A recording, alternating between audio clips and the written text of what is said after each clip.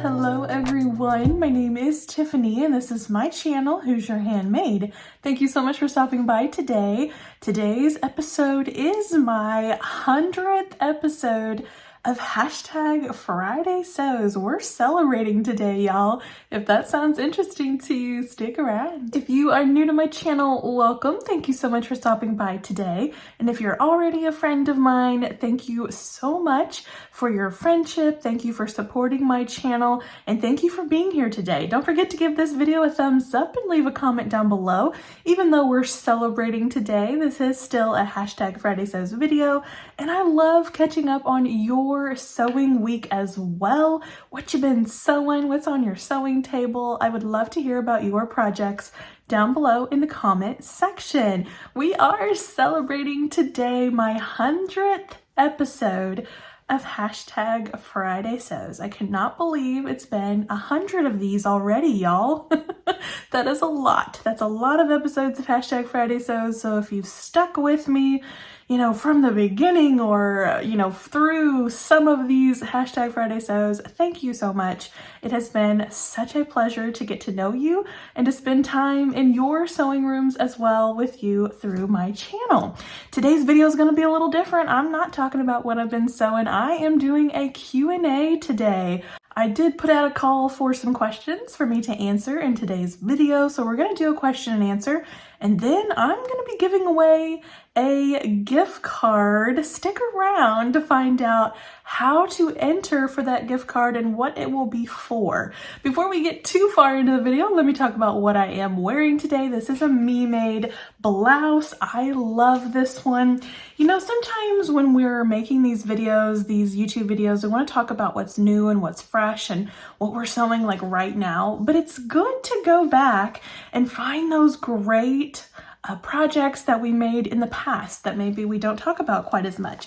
So I did make this one a couple months ago. This is Simplicity 9273.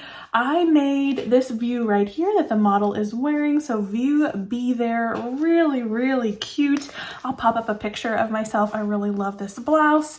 So comfortable, very easy to wear, easy to put together, and I'll be making more of these in the future. I also don't want to get too far into this 100th episode without thanking the wonderful sewist who started it all. Now, I don't include thank yous in every video anymore. Somebody commented on my videos that said I was thanking Jen too much, so I haven't been doing that in every video, but today I am pausing to say a huge thank you to Jen from Today in Jen's Sewing Room for starting Hashtag Friday Sews, for allowing other sewists to jump on board with her idea. She shared it with us all. And let me just tell you right now, without that hashtag, without that video idea, I wouldn't be here in front of you today. So thank you, Jen, for the confidence that you lent to other sewists. Thank you for boosting my personal confidence and helping me get a jump start on my channel. It's been such a joy. Okay, let's jump into this Q&A. I do have 14 questions that I was given through posts. So I do have 14 of those. Some of them are a little bit similar, so I can probably answer a few of these in one go. I have not rehearsed the answers to these. I did write down your question and who gave me the question, who submitted the question, but I have not rehearsed an answer. So let's see if we can do this without too many takes here. Let's get to the first one. The first one is from Dillis. Dillis asks, how much time do I spend daily, weekly sewing? That's a great question there from Dillis. I spend a lot of time sewing, and there are several questions on down on my list about how I manage my time, so I'll get to that in just a second, but I would say of a weeknight, I'm up here for an hour and a half every weeknight after work. And then on the weekends, I spend quite a bit more time. Addie still takes quite long naps. On a good day, she'll still take a 4-hour nap. So I try to be up here in my sewing room for the majority of her nap. I kind of just block off her weekend nap times as my sewing time. So on weekends, I could be up here for 4+ hours. On a Friday, if I'm off on a Friday, and then Saturday and even Sunday afternoon, I get in quite a bit of sewing time. So I am sewing something almost every day. I'm up here in my sewing room almost every day. Hopefully that answers your question there, Dillis. Moving on to the next question. This one is from Brooke M. She said, what type of work do you do? Now, a couple of you also had this question. Rosemary H asked me if I worked outside of the home full time. Let me look through my list. Somebody else asked me what type of work I do. Yeah, Angie M asked me what I do for a living. Now guys, I cannot tell you exactly who I work for. It's against company policy. We'll call it an office job. It is an office job. I actually went to school to be a teacher. I have my degrees in education, and I did teach for 4 years, but this office job, we'll call it that, came available, and I jumped on this better opportunity. And it's a good thing that I did, because I met my husband Josh there. So that's how we met. So that's what I do for a living. Next part of Brooke's question is another one that a lot of people had. Dillis and Cassie also asked me this one. How do I balance it all? How do I balance work, life, family, and sewing, a YouTube channel? Sometimes, y'all, I don't even know. I don't even know how it all gets smashed into one day. To be completely honest with you, I don't sleep a lot. And this thing right here, I brought it up here to show you actually. This thing right here runs my life. I have to be incredibly scheduled, and I have to think about my week. On Monday mornings, I sit down and I just plan out step by step everything in my week. That's grocery shopping, what needs to be done for the family, what videos I need to record, what I'll be sewing on, what I'm reading. I also love to read, and I have to kind of schedule that. It is just a balancing act, and we're all doing that in our daily lives. If you would sit down and make a list of things that you do every day in your life, you might be like, how do I get all of that done in a day? If you love it, or if you have to do it, kind of in the case of work, you just make time for it. And that is really what I do in my daily life. I'm trying to be as scheduled as possible, literally down to the hour. Sometimes I'm scheduling out where I should be, what I should be doing. And of course, you have to be flexible because things change as a mother. For sure, things will change, but you kind of have to be flexible there. But I just structure every single part of my life almost. Now, Cassie in particular asked me for some tips on how to juggle everything. And I do have a video coming out soon about how I kind of structure my specifically sewing time, but it also can be pertaining to other life events as well. Sometimes it's waking up early, sometimes it's staying up late. Often it's staying up late because I'm kind of a night owl.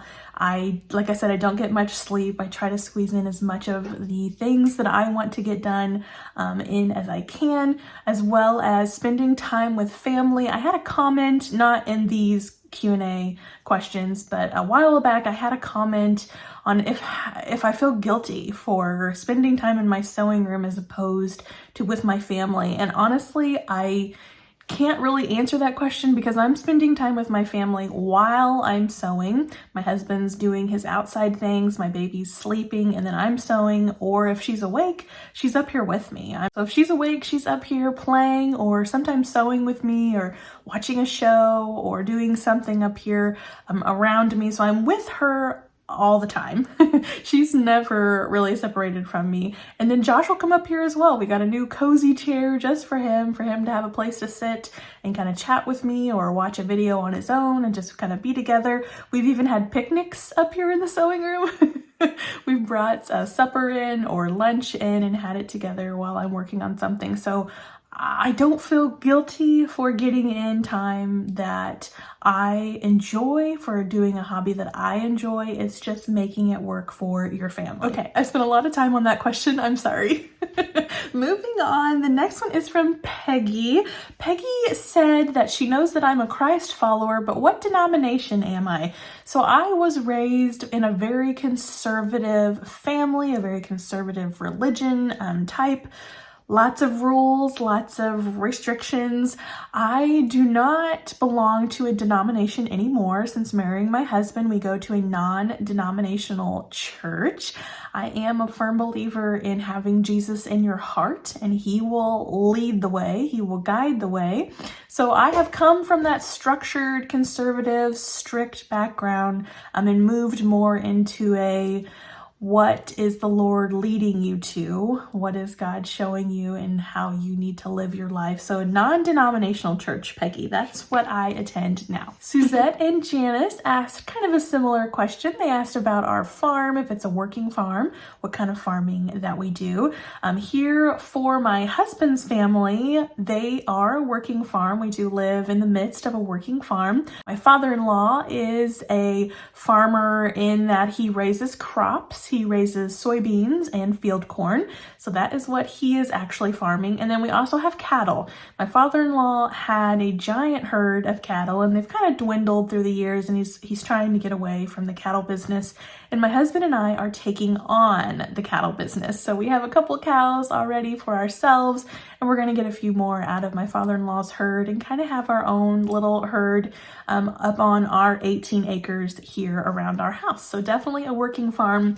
My father is still a working farmer as well. He is the same kind of farmer as my father-in-law. He farms field corn and soybeans, and then he also has cattle and a horse on his farm. So it was meant to be that Josh and I were led to be together because our families are so very similar. Definitely working farms around here. Kita had a really interesting sewing question. Thank you so much for this, Kita. I hope I'm saying your name wrong. I'm really sorry if I have butchered that. She asked, what type of technique do I use to mimic a cover stitch? She'd heard me talk about how I'm saving for a cover stitch here in the future.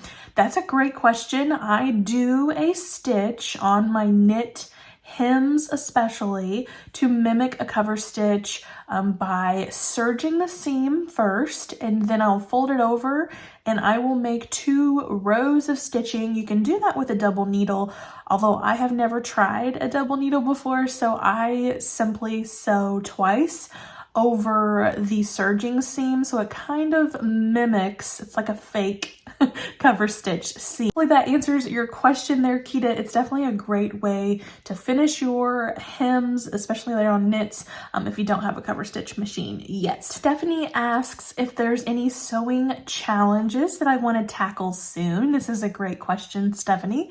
Yeah, I definitely want to keep growing in my techniques. Those zippers, I've talked about them before. I want to get more proficient at those. I want to give those a try. And I want to tiptoe more into woven garments. Now, I've made a lot of woven garments, especially for like Addie, but it's a little intimidating when you start woven garments for yourself as an adult. A lot of fitting needs to go into them. They don't have as much give and ease and stretch as a knit garment does. So I definitely want to tackle those in the future. Great question, Stephanie. Brooke C asked about our home build. This was a really interesting question. Thanks for asking this one, Brooke. If you want more information, if anybody wants more information about the house building process in general, you can email me. My email is down below in the description box. This is a giant topic that I could talk about for a long time. We were in the process of building our home, planning and building and moving in over the course of like 2 years. So it was definitely a long process. Brooke asks specifically, did we go through a company that built for us, and did we choose an architect to draw up our house plan? Actually, I found the house plan on Pinterest. I found the look of the house and the floor plan on americanhomes.com or something like that.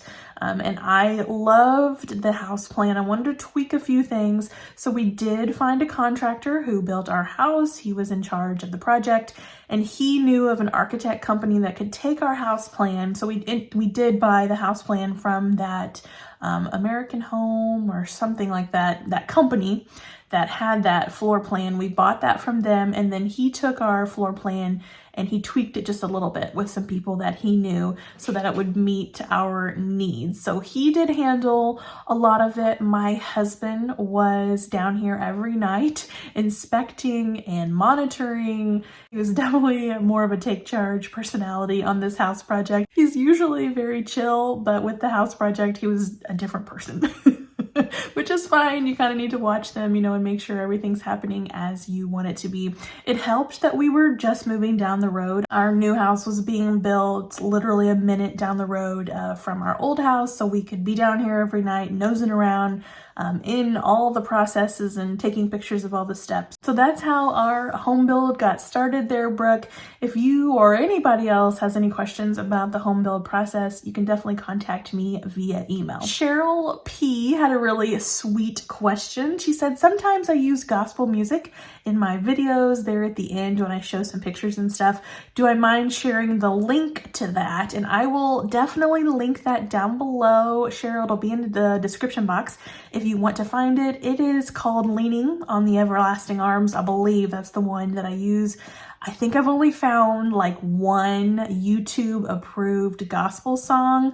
I'm still looking for more, but I do love that hymn, and I do use that a lot. So great question there, Cheryl. Angie M had asked about what I do for a living, so I answered that one, but she also asked, why did I start a YouTube channel? Why did I? That's a great question, Angie. So I started this channel to connect to others. I had moved up here to a new town, away from my family, an hour away from my family after I got married to my husband. So I'm up here with no one except for my husband, really. And I just felt really isolated, and I really wanted to connect with others, especially through my new love of sewing. I had discovered this wonderful sewing world, and I was so keen to connect with others and to share that love of sewing with others. So I just decided to start this YouTube channel. I had been watching Jen and all different kinds of sewists that were already putting videos out, and I thought, you know what, I want to do that. So she was doing the hashtag Friday Sews, and this is about the time when she started sharing it with others, inviting others to use that hashtag as well. There you go. That's how I started. That hashtag Friday Sews is what started my YouTube channel. So definitely owe a lot to Jen. And then the last question that I had from you all, this one is from Debbie E. This was such a kind comment, and it just happened that it came at the most ironic time. She asked how my dad is doing. So thank you so much, Debbie, for inquiring about my father. And I'm going to tell you guys a little bit of a story. Now, this does involve my faith, so if you're not a person who enjoys hearing about that, you can skip this part, but maybe you shouldn't. Maybe you should just tune in for just a second. So my father was involved in a very serious automobile accident last October. He very nearly lost his life. Every official, officer, doctor, nurse has told my dad that he should not be living today. And he's made a miraculous recovery. He has had so many surgeries. He had so many broken bones. It seemed so bleak and very scary time for my family, very traumatic time. And Dad has, he has pulled through so well. God has touched him so much. But the ironic part of Debbie asking me this question this week, and I'm just going to go ahead and share it here with you all. Dad had cancer previously, and this is about 9 years ago. He had surgery and he was given the all clear. Well, this week he had done a blood test. I don't know if he does them yearly or 6 months or so, just to check up on him. And his numbers were high in his blood test. And he was very worried about it. We were all worried about it. It was definitely not the news that you want to hear. So I took to prayer. I just stopped what I was doing when Dad called me, and I just asked God to touch Dad, to change those test results, to make a way, and to heal my father. The next day I got a call at work that Dad had been given the all clear. he had taken another test, and those results were drastically different enough that they are not considering it a threat of more cancer, and that they are all just shocked by this new miraculous reading. So he's going to have some follow-up tests, but I just want to share Dad's miraculous life story with you. God cares about you. Doesn't matter what you're going through, doesn't matter how big the mountain is or how small the issue can be. God cares about you. He cares about your life. He wants you to thrive. He wants you to be healthy, and he wants to heal you, and he wants to keep you and protect you. So if you are doubting today that you matter, or that you're important, or that God cares about you, or if there's a being out there that cares anything about you, let me just tell you that my God cares for you. So again, thank you, Debbie, for that timely question there about my dad. Okay, that is the Q&A. Thank you so much to everyone who submitted a question. I know I share a lot about myself on this channel already, so there's not much that I can share with you, but this was a lot of fun to share this little Q&A with you. Let's get to the fun part, the celebration part of this 100th episode of Friday Sews. I love giving things away.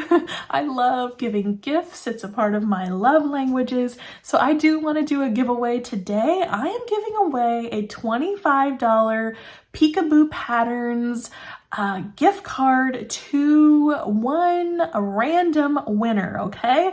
I like to give away gift cards to places that I appreciate. I want to support them. I especially love supporting small businesses, small owned pattern companies especially, and it's easy to get a gift card and then send it to you via email. So this is open worldwide, doesn't matter where you live. I will simply email you if you are the winner. So here's what you need to do in order to win this giveaway, or to be in the running for this giveaway.